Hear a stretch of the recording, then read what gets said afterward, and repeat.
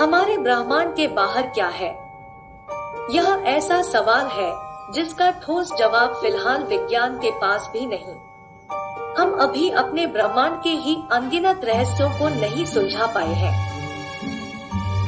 Scientist मानते हैं कि हमारा ब्रह्मांड अनंत है और इसका कोई छोर नहीं। ऐसे में ब्रह्मांड के बाहर क्या है, इसका अनुमान लगाना भी काफी मुश्किल है। लेकिन इससे जुड़ा एक कॉन्सेप्ट काफी लोकप्रिय है, मल्टीवर्स, यानी ढेर सारे ब्रह्मांड। मल्टीवर्स शब्द से लगता है कि यह विषय काफी आधुनिक है, लेकिन इस अवधारणा का जिक्र हिंदू मिथोलॉजी में भी है। महर्षि वाल्मीकि के लिखे योग वशिष्ठ या फिर महारामायण को अद्वैत वेदांत के सबसे महत्वपूर्ण ग्रंथों में से एक माना जाता है। इसमें न सिर्फ मल्टीवर्स बल्कि टाइम ट्रैवल जैसे आधुनिक सिद्धांतों की भी झलक मिलती है। योग वशिष्ठ के बारे में आगे जानने से पहले मल्टीवर्स के कॉन्सेप्ट को थोड़ा समझ लेते हैं। मल्टीवर्स थियरी के मुताबिक हमारे ब्रह्मांड के बाहर भी इसी तरह के अनगिनत ब्रह्मांड हैं। उन सभी में हमारे प्रतिरूप हैं। किसी भी कार्य के जितने संभावित परिणाम होते हैं, ब्रह्मांड का उतने ही भागों में विभाजन हो जाता है। मिसाल के लिए आप 12वीं का एग्जाम पास करने के बाद मेडिकल की पढ़ाई करते हैं और डॉक्टर बन जाते हैं। लेकिन किसी और ब्रह्मांड में आपका प्रतिरूप कोई दूसरा विषय पढ़ता है और स्कूल टीचर है। किसी अन्य ब्रह्मांड में एग्जाम में फेल होकर या पढ़ाई छोड़कर कोई दूसरा काम भी करने लग सकता है। यानी इंसान के किसी एक कार्य के अनगिनत संभावित परिणाम हो सकते हैं और उसी के हिसाब से मल्टीवर्स चलता है। अब योग वशिष्ठ की बात करें तो यह महर्षि वशिष्ठ और भगवान राम के बीच संवाद पर आधारित ग्रंथ है। ऋषि वाल्मीकि ने इसे सिर्फ लिपिबद्ध किया। योग वशिष्ठ के अनुसार गुरुकुल में शिक्षा प्राप्त करने के बाद भगवान राम देशाटन पर निकले और उन्होंने कई ऋषियों मुनियों से संवाद किया। इससे श्री राम को वैराग्य हो गया। उन्हें लगा कि यह पूरा संसार मिथ्या है और वह जितना जल्दी हो सके इसे छोड़कर जाने पर विचार करने लगे। जब महर्षि वशिष्ठ को इसका पता चला तो उन्होंने भगवान राम के सभी प्रश्नों के उत्तर देकर उनका वैराग्य दूर किया। इसमें वशिष्ठ ने विस्तार से बताया कि सृष्टि की उत्पत्ति कैसे हुई, यह ब्रह्मांड कैसे कार्य करता है। इसी दौरान उन्होंने भगवान राम को एक कथा सुनाई जिसमें मल्टीवर्स और टाइम ट्रैवल जैसी चीजों का जिक्र है।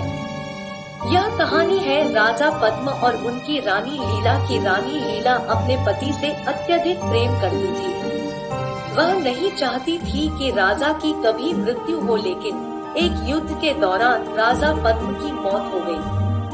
रानी लीला ने मां सरस्वती की घोर तपस्या करके उन्हें प्रसन्न किया और उनसे अपने पति को जीवित करने का अनुरोध किया।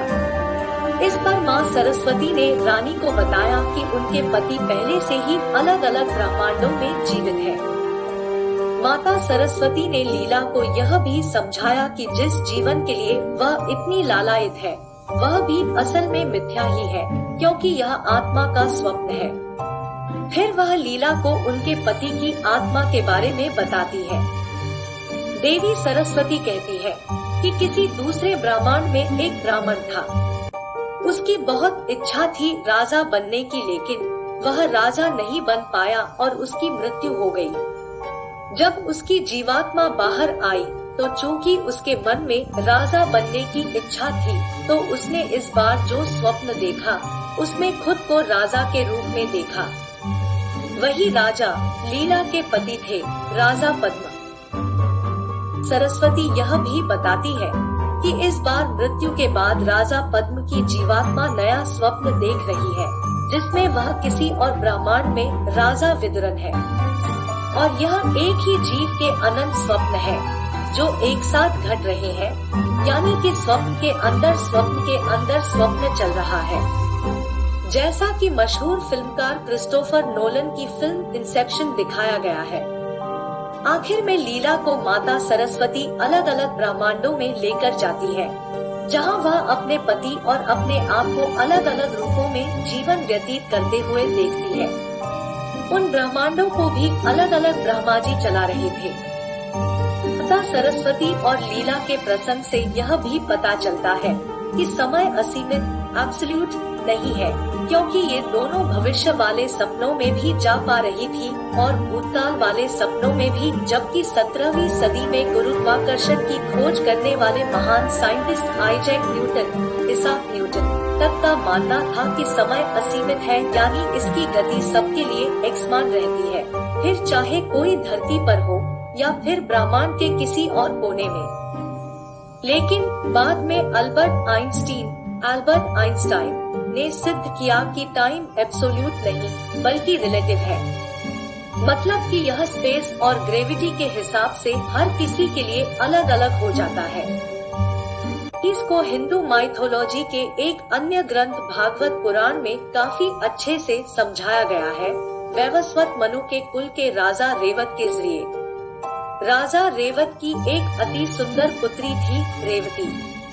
राजा अपनी बेटी के सुयोग्य वर चाहते थे, लेकिन जब कोई वर नहीं मिला तो वह अपनी बेटी को लेकर परमपिता ब्रह्मा का सुझाव लेने ब्रह्मलोक गए। उस वक्त वहाँ गंधर्वों का संगीत चल रहा था।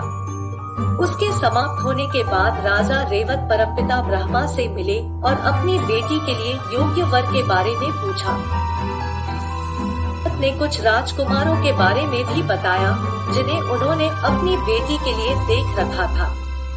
ब्रह्मा जी ने मुस्कुराते हुए कहा कि रेवत, आपने जिन राजकुमारों को देखा है वे सभी अब जीवित नहीं। वे क्या, उनकी बहुत सारी पीढ़ियों का अंत हो गया। उसका कारण यह है कि जितना वक्त आपने मेरे इस ब्रह्मलोक में बिताया है उतने में पृथ्वी पर कई युग बीत गए हैं।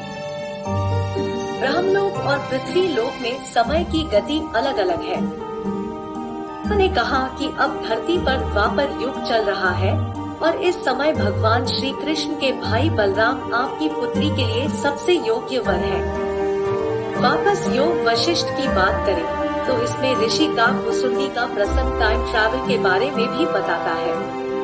काकभुसुंडी समय की चक्रीय प्रकृति का उल्लेख करते हुए बताते हैं कि उन्होंने किस तरह अलग अलग परिणामों के साथ रामायण को 11 और महाभारत को 16 बार देखा है।